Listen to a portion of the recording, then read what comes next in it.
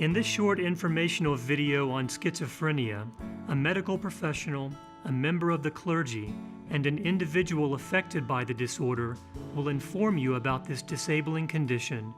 You will learn the signs and symptoms of the disorder, effective treatments, as well as ways that you can support individuals on their recovery journey. Throughout this video, we will also address the role an individual's faith plays in dealing with these challenges. At the Mental Health Gateway, we believe that those living with mental health difficulties and disorders deserve the opportunity to live fulfilling lives. It is our hope that the information you find here will be helpful to you in your ministry.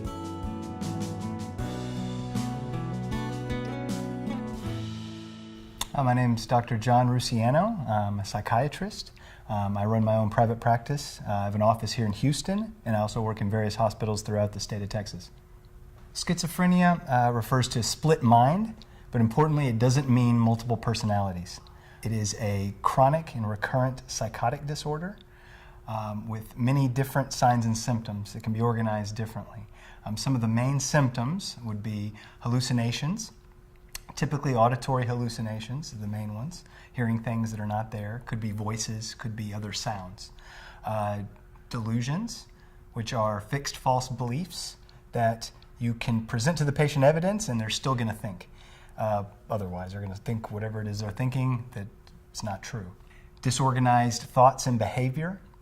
So sometimes you're talking to a patient that has schizophrenia and it is very difficult to follow their conversation. They could be talking about one topic, switch to something else, you can't really follow what they're talking about. Some other symptoms that are important are kind of a distancing. They are very kind of withdrawn, apathetic, not really showing much facial expression whenever you talk to them. Also some poverty of speech, so they may have significant delays when they're talking to you and not respond immediately. Another important symptom is cognitive dysfunction. So they have kind of slowed processing, slow memory, difficulty recalling things, decreased attention span. That's also something very important for the disorder altogether. And all of those things are in the setting of social and occupational dysfunction. So that means that it's affected them so much that their families are, they have strained relationships with families, strained relationships with friends, jobs, school, or whatever.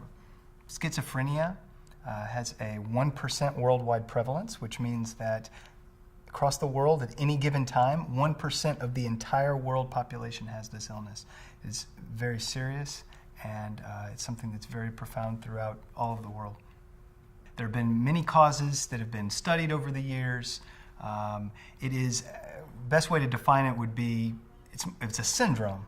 So it has certain signs and symptoms, which we talked about, but there can be multiple causes or disease processes that end up with the same end result, the same syndrome at the end. So kind of the big schools of thought would be nature versus nurture. There is a genetic component and there is an environmental component. With schizophrenia, the patient has there are different outcomes. There are a certain percentage of individuals who do attain some form of remission and recovery. Some studies have shown up to 20%. Up to 50% can have a meaningful life and when they're continuing with therapy and different treatments that are involved. It's not always necessarily a chronic degradation of symptoms over time. And I think that would have to do with like I said before, the syndrome. It is a syndrome, maybe different causes, but the end result is the same. So different causes may lead to different overall outcomes. If a clergy member comes across someone who potentially has schizophrenia, first thing to do would be to get the family involved, this individual's family. Keeping them in the social connection of the church is very important. Again, this illness tends to start around the late teens, early 20s. So again, that would be something to look for. If you see somebody acting differently with some of the symptoms that I mentioned, to get the clergy member to really involve this individual with his or her family. A person's faith is very important in the recovery process. This illness, again, has a huge social stigma associated with it.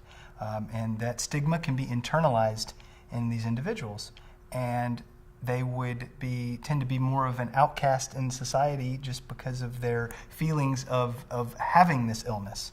And later comes the symptoms and whatnot. But overall, the stigma internalized in themselves can really affect the outcome with their compliance and treatment and their overall recovery. So their faith and their community with the church can really keep them contained and really involved with their community through this difficult process.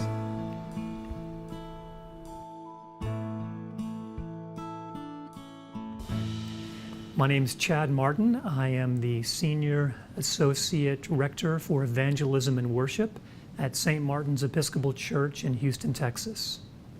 Well, I feel like faith is a very important component when helping and assisting folks with mental illness.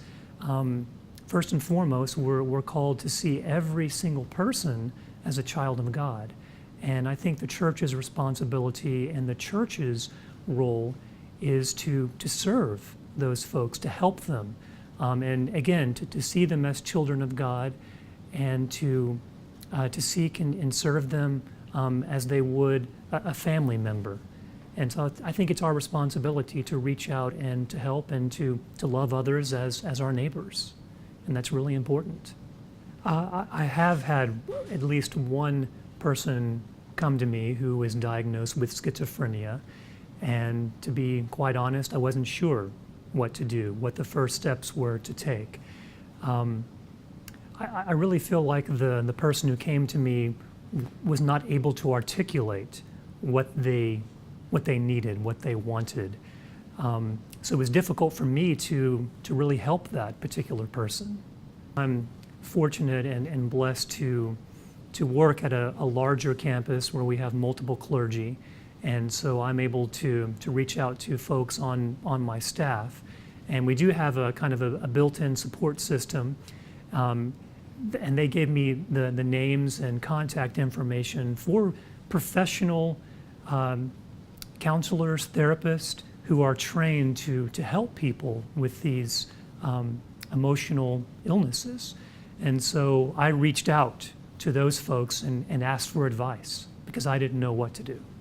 I think if clergy had maybe some sort of cheat sheet, first of all, on different diagnoses for mental illness, and then, again, a follow-up list of professionals that we could contact and reach out to and be able to refer them to the professionals, because in seminary, we're not trained on how to, first of all, we're not trained to diagnose people for mental illnesses. We're trained to meet with people and pray with them and for them and with their families, but we're not trained to diagnose. So I think it'd be good to have a list of folks that we could reach out to for help. One thing that was very beneficial for me, and I think for a lot of the clergy and our staff at our church, was the opportunity to be hosted by the Hope and Healing Center with Dr. Matt Stanford, and have a course given to us on Mental Health 101. And when we arrived, we were kind of given what they call the 3 R's. So the first R is to recognize when someone does have a mental illness. And then the second R is to refer that person. And so the nice thing is the Hope and Healing Center, they have a group of folks who have been vetted. And so these people are professionals who are able to help people with mental illnesses. And then the third thing is to restore that person to their community. And one thing that was stressed in that particular training was we partner with the trained mental health experts and with the clergy of our churches in order to work as a team to help restore that person. So that was really helpful for me and for our staff.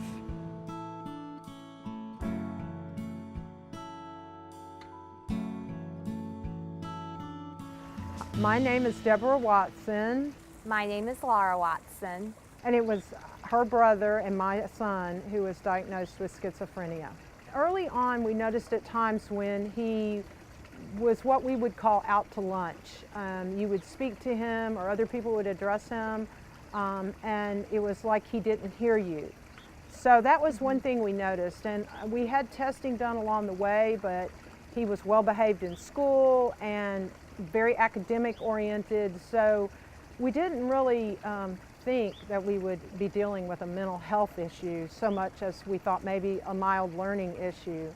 I began to notice that there were differences in my brother that were not there with other children, even his own age. And so from an early age, I took it upon myself, along with my mother, to sort of get behind her and be her assistant to help push him up the hill socially. About 7th grade for me is when it really came crashing down. He began to get physically abusive towards both me and my mother. It wasn't until his junior year in high school when he informed us that he had written a suicide note. And we had started to notice even before that his personality had changed. He went from very mild-mannered, loved God, to a person that it was like an alien came and inhabited his body. He was angry and often spoke rudely to us or not at all. And we quickly realized that it had gone beyond teenage rebellion. It had gone beyond a phase he was going through, and that this was a matter of life and death for our family.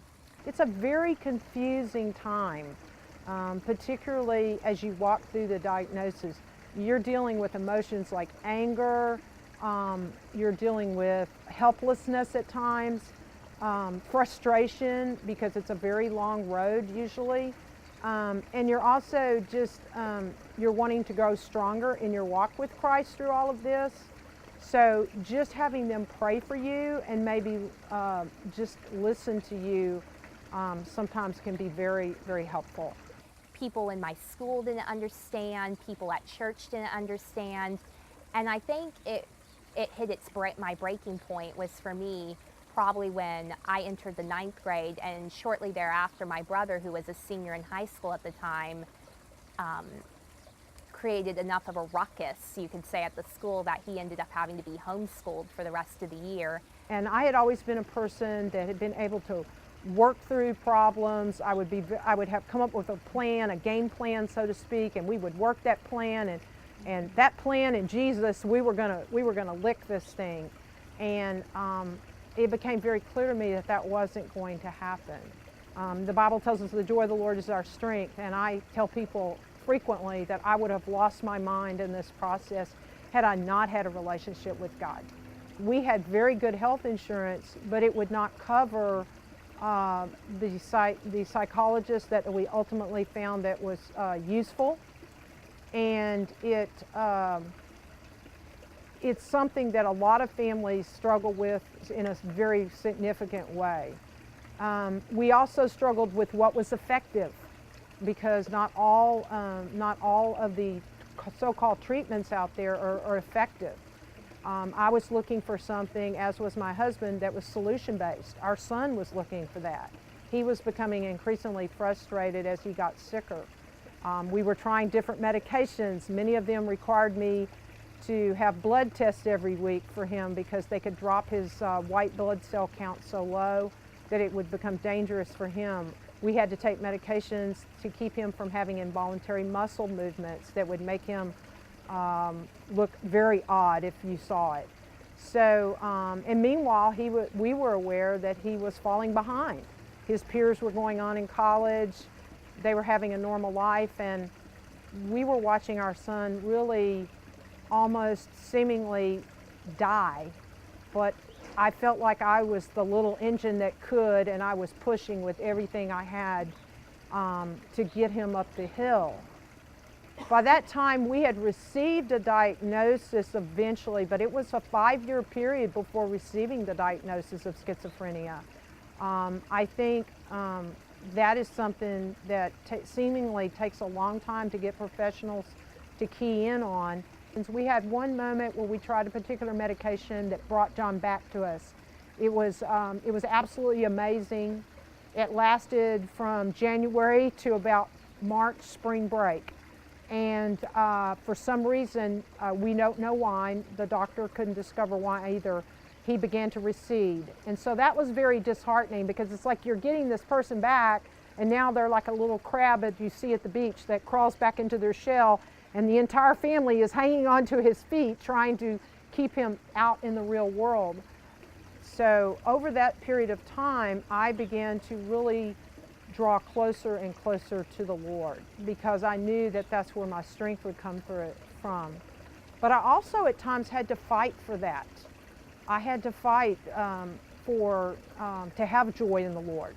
I think reassuring the person as much as they're able to handle who has the illness, that God is still there for them and still loves them despite what they're going through, and is really important. It's also equally important to remember that the family that's been going through this needs to be encouraged to continue to seek God's face during this time, and to seek healing and to keep asking.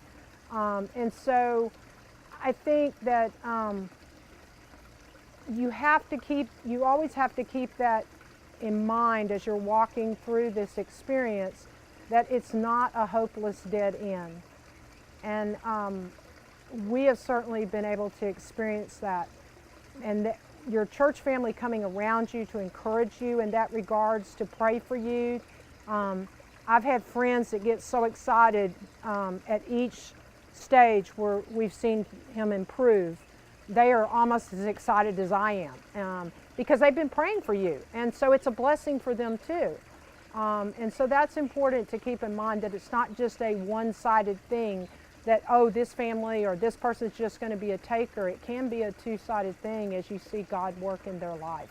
Now I've been very pleasantly surprised at my new church to receive very positive reactions and people who show a lot of empathy and concern towards the situation, and no judgment at all for what I've gone through or for what my brother is going through. And I've even had the men in my Bible study offer and say things like, oh, you can bring your brother and it's okay, we won't ask him questions, and we'll make sure he feels like he's one of the guys and he can sit with us and you won't have to do anything, but we want to support you in that way. And while I haven't been able to convince my brother yet to come and join me, I look forward to the day when he will, and I believe we're getting closer to that point. But just having people be willing to step out of their comfort zone and extend a hand and say, it is all right, we're here for you, we won't judge you for what you have gone through, and acknowledge that you've gone through a lot and that your loved one has gone through a lot, that is a huge blessing and can really lead to healing for both you and your loved one, and a renewed sense of community and support. From all of us here at the Mental Health Gateway, we hope that you now feel better equipped to meet the needs of those dealing with mental health problems seeking your counsel and guidance. If you have further questions concerning a mental health problem, mental health coaches are available at the Hope and Healing Center to answer your questions. Just click the Mental Health Coach tab on the homepage and complete the form.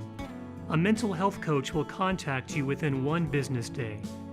Thank you for using the Mental Health Gateway.